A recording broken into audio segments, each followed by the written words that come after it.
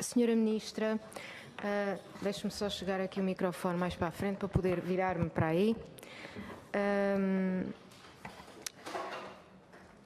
Nós temos estado a falar várias vezes sobre os refugiados e sobre os mecanismos de acolhimento e de integração e de colocação dos refugiados, mas entretanto parece-nos a nós que estamos a esquecer um pouco ou a não prestar a devida atenção aos problemas dos imigrantes que já se encontram neste país. Evidentemente todos têm a sua importância e todos merecem a mesma atenção.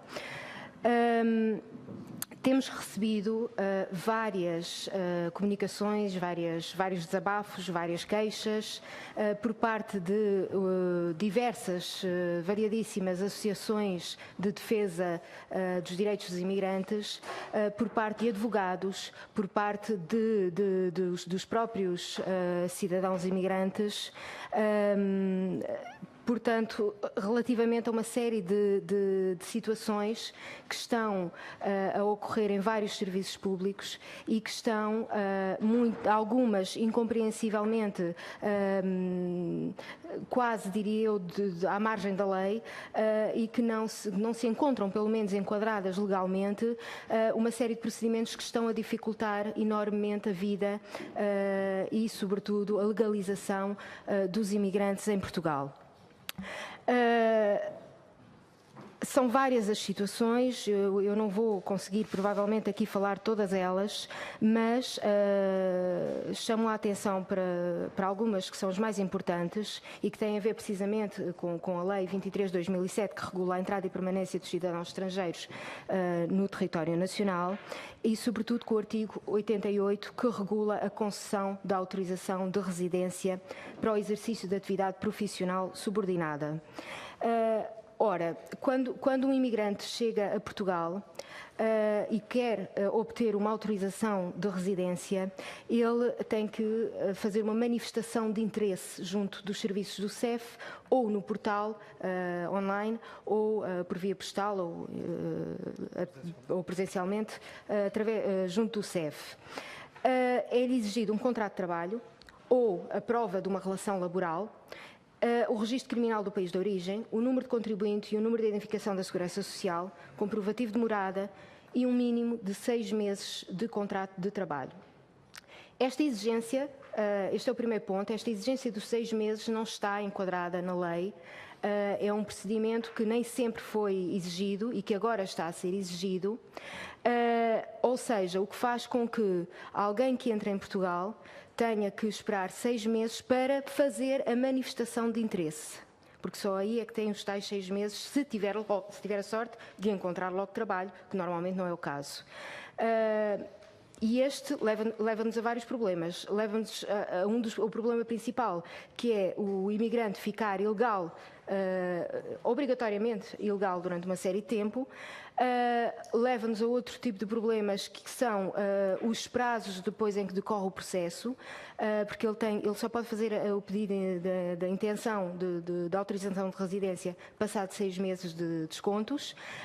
Depois, os agendamentos para analisarem o seu processo estão a levar neste momento 7 a 8 meses, ou mais até, nunca menos do que 7, 8 meses, e portanto, e muitas vezes o que acontece depois, passados 7 ou 8 meses, são pessoas que já estão aqui em trabalhos muitas vezes precários, já passou, portanto tudo isto muitas vezes já prefaz um ano do contrato de trabalho que teriam inicialmente. Quando vão ao CEF, ou já não têm o trabalho, ou entretanto já alteraram para outro e já não têm aquele contrato de trabalho com os meses necessários de descontos, e recomeça tudo de novo e mandam-no para trás porque já não cumpre os requisitos. Este é um dos problemas. Outro problema tem a ver com o número de identificação da Segurança Social. que é um requisito para fazer a intenção,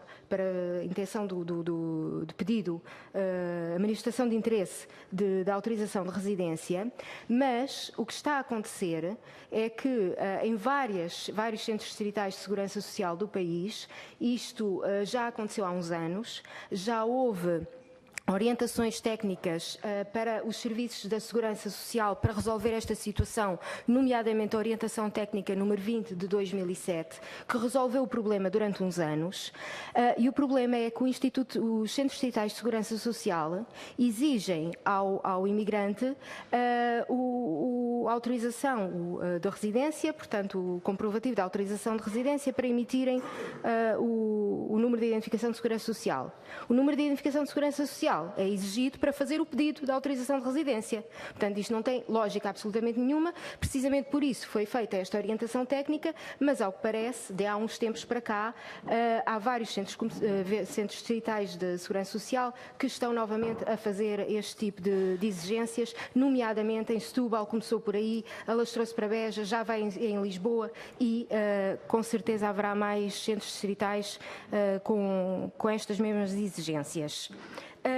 Esta situação já foi relatada também à Sra. Secretária de Estado da Cidadania e Igualdade, portanto, continuamos sem uma resposta e gostaríamos de saber se já houve algum contacto e se terá alguma coisa para nos dizer relativamente a isto. Uma outra situação, relativamente a todos estes requisitos que os imigrantes têm que cumprir para que lhes seja concedida a autorização de residência, até há algum tempo atrás, e ao abrigo do artigo 88, eram concedidas autorizações de residência a imigrantes que entravam sem visto Schengen, com visto Schengen, que entravam, enfim, com vistos de vária ordem, vistos de turismo e que depois conseguiu arranjar emprego, enfim, de várias naturezas. No dia 21 de março de 2016, a Diretora Nacional do CEF aprovou um despacho, o despacho número 7/DN/2016, que revoga todos os despachos, todas as normas internas anteriores, e eu tenho aqui este despacho, e em que se exige agora aos imigrantes que cumpram cumulativamente 3 condições: que tenham visto Schengen, que tenham entrado no país dentro do prazo de validade do visto, que é normalmente 15 a 30 dias, nunca mais do que 30 dias, e que façam prova desta entrada. Ora, isto é impedimento para que 90% dos imigrantes que estavam em processo de regularização e de pedido de autorização de residência consigam cumprir estes requisitos que não existiam quando eles iniciaram o processo, quando entraram em Portugal e, portanto, a meio do jogo mudam as regras e, evidentemente, isto é impossível de ser cumprido por estas pessoas. Portanto, por isto é que dizemos que o despacho tem efeitos retroativos, porque o que está a acontecer é que estes imigrantes que já estavam em início e que já estavam em processo de regularização e portanto, com todos estes prazos dilatados que estão agora a acontecer nos agendamentos e na avaliação dos processos, faz com que estas pessoas, evidentemente, não possam voltar atrás no tempo e não possam agora, de repente, cumprir os requisitos que, a partir do dia 21 de março de 2016, a Sra. Diretora Nacional do CEF se lembrou de aplicar. Depois também, estes atrasos todos, são estes atrasos e é o atraso da emissão do próprio cartão de autorização de residência. Quando ele acontece, quando é concedido, de qualquer das formas, leva normalmente 1 ano a ser emitido. E isto faz com que as pessoas desesperem, com que as pessoas não possam regularizar uma série de outras situações. São pessoas que já vivem em situações precárias e faz também com que muitas vezes, portanto, estes atrasos nestes prazos, muitas vezes as pessoas estejam em processo de renovação das suas autorizações de residência, da sua regularização, e acabem por por ser apanhados entre prazos de forma ilegal e acabem por ter que pagar multas exorbitantes para as posses de pessoas que normalmente estão cá a trabalhar, na sua esmagadora maioria, pelo ordenado mínimo nacional. Depois queria só referir também o artigo 89, que é o artigo que regula a autorização de residência para a emissão de autorização de residência para exercício da atividade profissional independente, que também nunca funcionou e que não tem funcionado. É capaz de funcionar para certas situações, mas para situações de imigrantes que vêm com a intenção de criar o seu próprio emprego, com lojas, por exemplo, isto não tem funcionado. E, por fim, queria ainda referir que todos estes atrasos na emissão das autorizações de residência e das renovações, como eu dizia há pouco, apanham muitas vezes, por vezes, as pessoas em situação precária e a partir do momento em que os imigrantes não conseguem, muitas vezes, na maior parte das vezes, nem é por culpa sua, é por culpa destes atrasos dos serviços, não conseguem renovar atempadamente as suas autorizações de residência, se estiverem a receber RSI, subsídio de desemprego ou qualquer outro apoio, esses apoios são cortados automaticamente.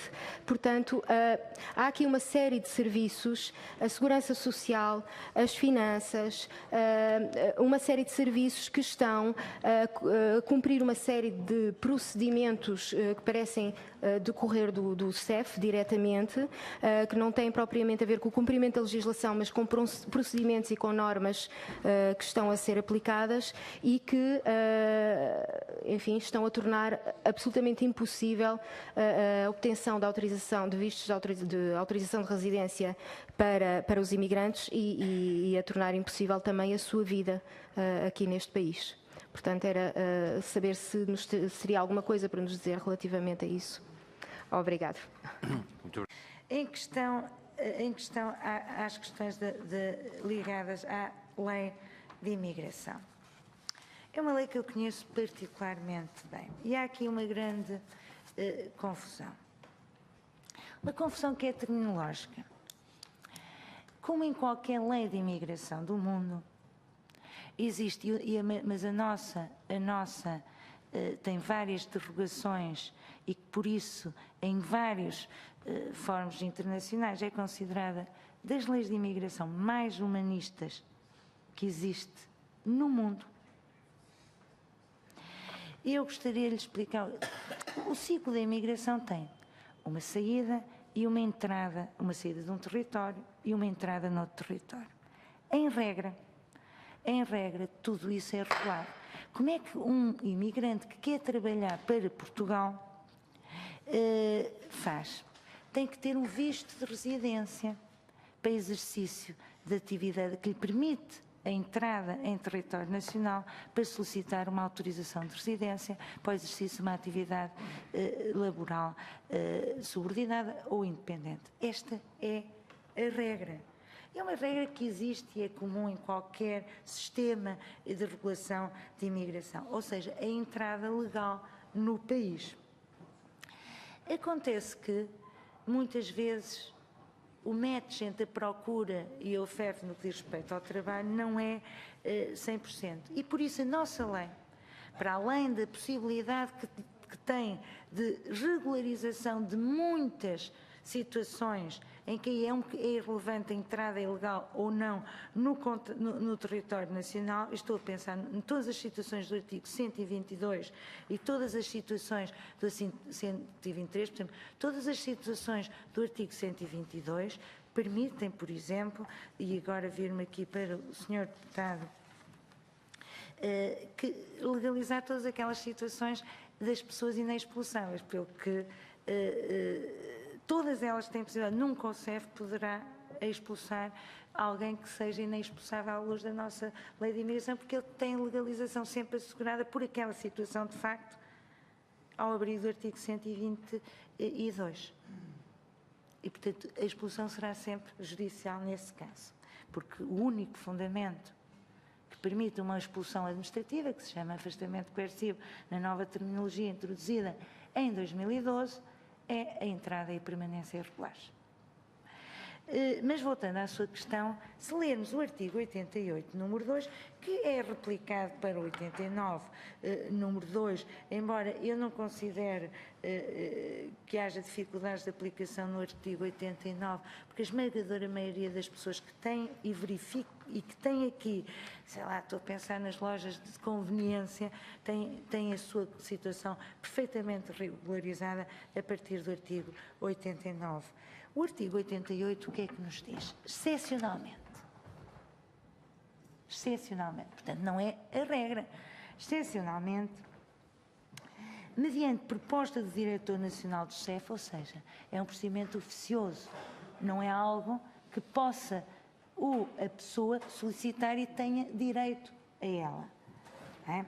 Pode propor a concessão de uma autorização de residência a um trabalhador que possua contrato de trabalho, mas bastava só possuir contrato de trabalho?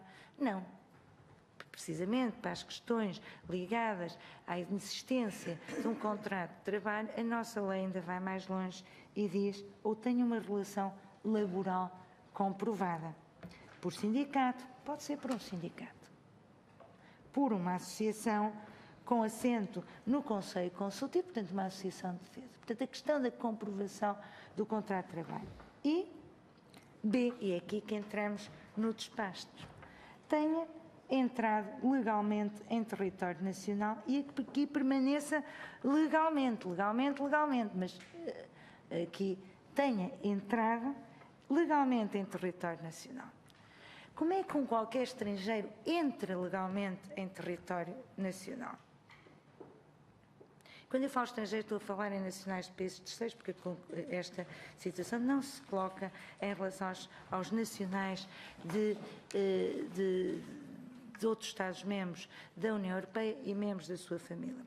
Entra legalmente porque entra com um visto Schengen, entra com um VTL. Um VTL é um visto com validade territorial limitada, emitida pelos consulados portugueses para qualquer fim. Entra com qualquer tipo de visto, não tem que ser Schengen. Mas não é aquele visto que lhe permitia trabalhar. Um outro visto, um visto turista, um visto para estada temporária, sei lá, para acompanhamento familiar que esteja aqui em tratamento médico. Enfim, é uma entrada. Ou entra sem visto, ao abrigo das regras de isenção de vistos. Essas regras estão definidas pelo direito da União Europeia.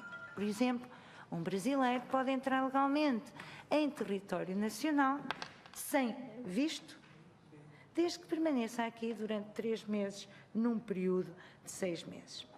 Portanto, a pessoa entra com um visto que não o habilitava nem a ter uma autorização de residência para trabalhar, ou sem visto, no caso das nacionalidades que estão isentas de visto, e encontra o tal trabalho. Pode legalizar pelo artigo 88, pode, não tem o direito, pode, é um mecanismo que o Estado tem de legalizar. Agora, pode perfeitamente regularizar a sua situação.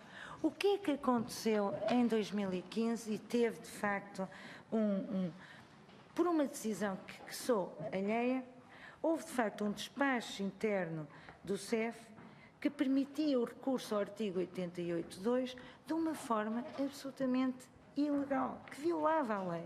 Não é preciso ser-se jurista para perceber que quando um despacho diz, apesar do artigo 88.2 estabelecer como requisito a entrada legal, diz, também pode ser entrada irregular, pode não preencher o requisito, para verificar que este despacho está pura e simplesmente ferido de ilegalidade. E isso conduziu também, e há aqui um fenómeno, a um crescimento exponencial de pedidos e registros de manifestação de interesses, em que muitas vezes não há documentação, muitas vezes as próprias pessoas que registam indicam, por exemplo, que são brasileiros, quando na realidade são nepaleses ou paquistaneses, é sobretudo estas nacionalidades. E criou-se também um fenómeno que está sob investigação das autoridades judiciárias e policiais competentes, e portanto eu não conheço, mas sei que existem, processos por auxílio à imigração ilegal a partir precisamente deste tipo de organização. Neste momento existem, de facto, antes deste processo, cerca de 1.500 registros de manifestações de interesse. Seguramente que muitos, vamos imaginar que aqueles casos que me preocupam a mim, ou seja, alguém que entrou aqui de forma ilegal, aqui permanece, mas aqui tem o centro da sua vida, não está a utilizar Portugal para ter uma autorização de residência para regressar à França ou ao Reino Unido. Muitos deles têm, por exemplo, vistos de convalidade territorial limitada na Hungria. Portanto, não podem entrar nunca, por definição, legalmente em Portugal. E vieram tentar a legalização em Portugal com a falsa esperança, porque é só uma falsa esperança, porque alguém lhes vendeu isso, que com isso regularizavam a sua situação no território da União Europeia, quando não. A nossa autorização de residência apenas nos permite, durante um período de 3 meses, circular, de facto, livremente no território, mas não nos permite fixar residência em França, em Espanha, no Reino Unido, onde quer que seja. Ora, para aqueles casos, e neste momento estão todos a ser analisados, para aqueles casos verdadeiramente de natureza humanitária, eu estou a falar daquelas pessoas que têm verdadeiramente aqui o centro da sua vida, existem outras possibilidades legais de regularizarem a sua situação e terem uma autorização de residência, que é precisamente ou as situações do artigo 122 da Lei de Estrangeiros ou a situação do artigo 123 da Lei de Estrangeiros. E serão encaminhados. Neste momento, agora, não condeno um despacho que pura e simplesmente repõe a legalidade e revoga um despacho que era absolutamente ilegal e não é preciso ser-se jurista para perceber. Agora, neste momento, é assim, quando as pessoas pedem a renovação da autorização de residência, há de facto um prazo, mas também existe um recibo que as pessoas têm que, para todos os efeitos legais, para todos os efeitos legais, equivale à autorização de residência. Poderia aqui procurar o artigo, não o tenho de memória, porque embora conheça como as palmas da minha mão esta Lei de Estrangeiros, ela entretanto sofreu algumas modificações, e não as conheço todas, mas podia indicar o artigo se tivesse 2 minutos para o procurar. E, portanto, a falta da emissão, a emissão é feita centralmente, de acordo com um modelo que é um modelo europeu, precisamente porque o seu titular pode circular livremente em todo o espaço Schengen durante 3 meses. E é emitido pela Imprensa Nacional Casa da Moeda, e eu vou perceber o que é que se está a passar. Agora, aqui entrava na questão também que foi colocada pelo Sr. Deputado Jorge Machado, que é, de facto, a falta de funcionários do CEF, que é conhecida. O CEF durante 10 anos não integrou, ou mais de 10 anos, não integrou um único funcionário.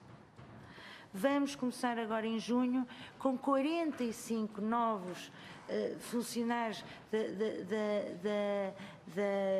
da fiscalização, da carreira de fiscalização, que foram recrutados por recurso à mobilidade interna ou entre serviços.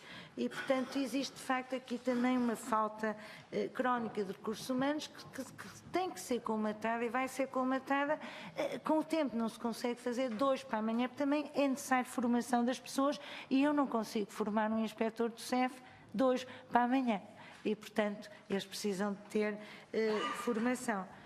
Agora, voltando à questão dos imigrantes, é preciso também ter aqui algum cuidado, porque existem também muitas iniciativas do CEF que vão ao encontro das pessoas que estão em situação irregular e que lhes permite, por exemplo, o programa CEF Vai à Escola, que conseguiu identificar muitas crianças neste país que estavam em situação ilegal.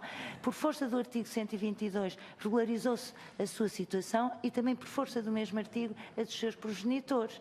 E, portanto, eu não diabolizava assim tanto. Temos que também perceber até onde o artigo 88, número 2, está a ser utilizado pelas redes de imigração clandestina para vender algo às pessoas que não... Portanto, não me parece. Agora, não existe, se quisermos, um direito. Mas depois podemos falar de casos concretos. Agora, garanto-lhe uma coisa, que existe, se houver casos humanitários de verdadeira integração no nosso mercado de trabalho, de verdadeira integração na nossa comunidade, em que a única coisa que falta é a regularização administrativa da permanência, naturalmente que existem mecanismos, nomeadamente do artigo 123 da Lei de Estrangeiros, se não couber no artigo 122, que em muitos casos também resolve o problema, mas também é preciso, muitas vezes, conhecer bem a Lei de Estrangeiros. Portanto, eu penso que respondi aqui, não sei se respondi de forma satisfatória, mas é a forma que eu consegui falar. Sr. Deputado José Manuel Pereira, pelo que percebo, se faz favor. Muito obrigado, Sr. Presidente. Nós queremos apresentar à Sra. Ministra, nesta segunda ronda, 2 perguntas muito breves. Mas permita-me, Sra. Ministra, que antes de passar a palavra aos meus camaradas Jorge Falcato e Sandra Cunha, em nome da lealdade do debate, faça apenas um brevíssimo comentário à questão que há pouco a Sra. Ministra abordou a propósito das perguntas da pergunta concreta sobre a questão digamos, do despacho do CEF que há pouco lhe colocamos. A Sra. Ministra diz, e poucas pessoas têm a autoridade académica da Sra. Ministra para dizer o que disse. É bom, é importante conhecer a lei dos estrangeiros. Seguramente tem a Sra. Ministra toda a razão.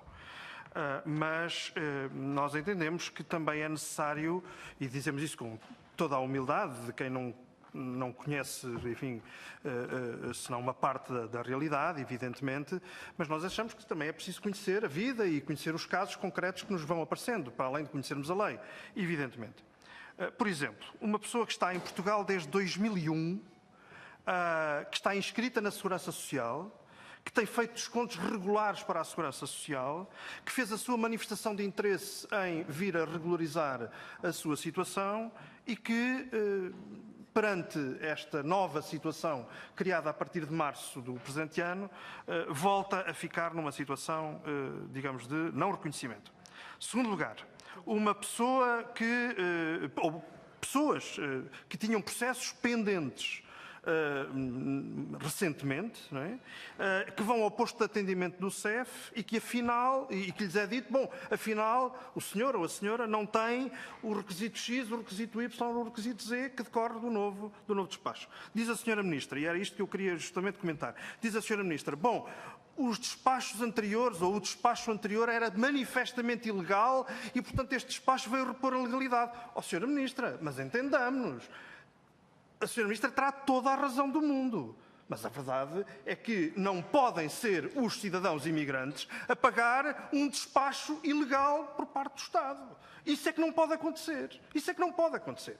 E, portanto, a Sra. Ministra terá toda a razão. As razões, como é que se diz? A legalidade da situação anterior pode ser eminentemente discutível. Estaremos certamente de acordo com isso. Agora, os cidadãos em causa cumpriram aquilo que a lei exigia. Ou aquilo que, enfim, que as decisões administrativas relevantes exigiam. Diz a Sra. Ministra, era ilegal. Bom, mas isso não pode repercutir-se negativamente sobre estas pessoas. E é o que está a acontecer. Portanto, a mudança de uma orientação interna do CEF pode ter sido feita no sentido de corrigir situações que estavam mal. Mas, por favor, não se venha a dizer que isso vai incidir sobre pretensões legítimas expectativas legítimas de cidadãos que cumpriram escrupulosamente ou que estavam, digamos, a reunir os requisitos, a documentação, enfim, necessária para preencher os requisitos que estavam impostos. E, finalmente, diz a Sra. Ministra, e muito bem, que o artigo 88 não é de todo a única via para legalizar estas situações. A Sra. Ministra tem toda a razão, evidentemente. Uma pessoa que, como a Sra. Ministra conhece, enfim, como a Sra. Ministra disse, como as palmas da mão, a lei, sabem que é assim. Mas o problema, Sra. Ministra, é que foi o próprio Serviço de Estrangeiros e Fronteiras que, justamente porque conduz um processo oficioso, como a Sra. Ministra realçou, e bem, justamente porque se tratava de um processo oficioso, o CEF foi conduzindo estas situações, encaminhando-as para o enquadramento do artigo 88. Portanto, não foram uma vez mais os cidadãos imigrantes ou os seus representantes, ou quem quer que seja, não foram essas pessoas que conduziram a questão para o 88 e não utilizaram o 123. Foi o CEF, porque tem justamente os poderes de um processo oficioso, que conduziu as coisas dessa maneira. Portanto, uma vez mais, nós apelamos, enfim, na exata medida em que o podemos fazer, apelamos a que haja bom senso, haja um sentido de justiça para com as pessoas que, designadamente, não só, mas designadamente, para com as pessoas que tinham processos pendentes e que de repente vêm um despacho anular o percurso que vinham fazendo e faz tábua rasa dessa situação. Achamos nós que é de uma tremenda injustiça e, mais do que isso, tem efeitos eminentemente perversos do ponto de vista jurídico e social sobre essas pessoas. Porque as condena, para lá dos agendamentos que neste momento estão a ser feitos para janeiro, portanto é disso que estamos a falar, não é?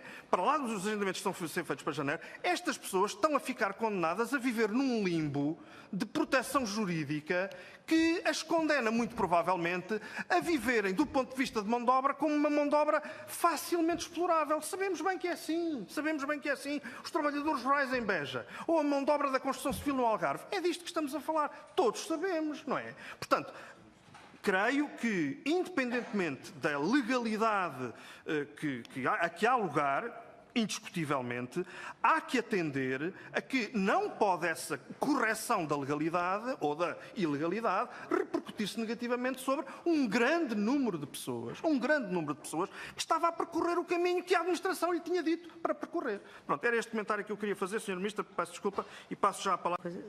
Sr. Deputado José Manuel Pureza, se uma pessoa que está desde 2001 com descontos regulares, primeiro não percebo como é que não regularizou a sua situação através de uma autorização de permanência ao abrigo da lei de imigração das... Mas vamos imaginar que lhe passou ao lado.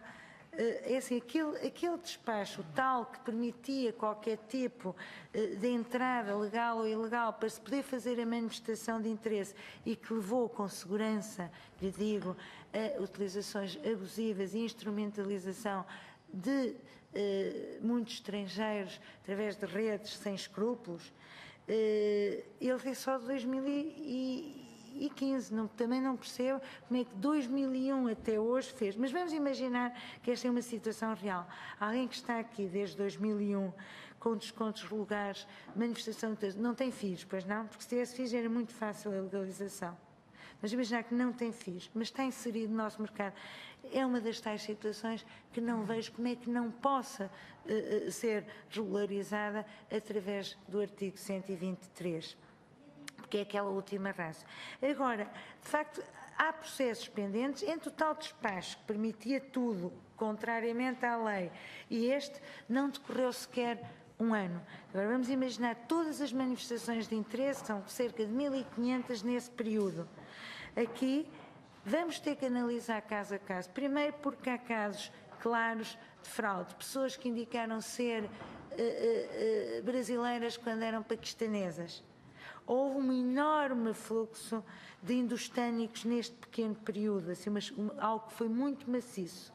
E, portanto, vamos ver se são pessoas que muitos nem sequer entraram em Portugal. Quando fizeram o registro, nem sequer estão em Portugal, neste momento.